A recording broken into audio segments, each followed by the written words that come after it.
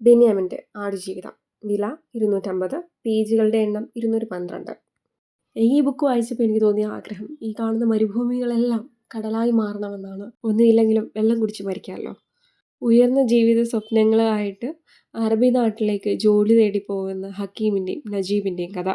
നല്ലൊരു ജോലി എന്ന് സ്വപ്നം കണ്ട അവർക്ക് നേരിടേണ്ടി വന്നത് ആ നാട്ടിലെ ഒരു അടിമ ജീവിതമാണ്.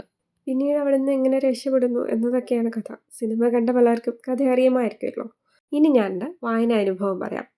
ആ സിനിമ കണ്ടതിനെക്കാട്ടിലും എത്രയോ മികച്ചതായിരുന്നു ഞാൻ കണ്ട ആടുജീവിതം. അതുകൊണ്ട് ബുക്ക് ഒരിക്കലും വായിക്കാതെ പോകരുത്.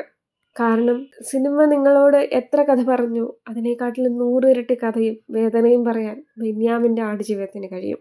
അതുകൊണ്ട് ഈ ബുക്ക് വായിക്കപ്പെടാതെ പോകരുത് സിനിമ കണ്ടെന്ന് പറഞ്ഞ്. നിങ്ങളുടെ 3-4 മണിക്കൂറുകളുണ്ടെങ്കിൽ സുഖമായിട്ട് നിങ്ങൾക്കിത് വായിച്ചു തീർക്കാം. നിങ്ങളെ ഇത് മടുപ്പിക്കില്ല.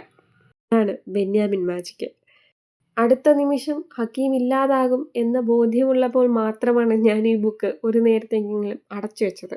എന്നെ എന്തെന്തിലാണ് വേദനിപ്പിച്ചത് ഹക്കീം മാത്രമായിരുന്നു. കഥയുടെ ഒരു ഭാഗത്ത് നജീബ് തന്നെ പറയുന്നുണ്ട് തന്നെക്കാട്ടിലും ദുരന്തം അനുഭവിക്കുന്നത് ഹക്കീമാണെന്ന്. ഹക്കീമിൻ്റെ വിയോഗം ഇപ്പോഴും എനിക്ക് എന്തെന്നില്ലാത്തൊരു വേദനയാണ്.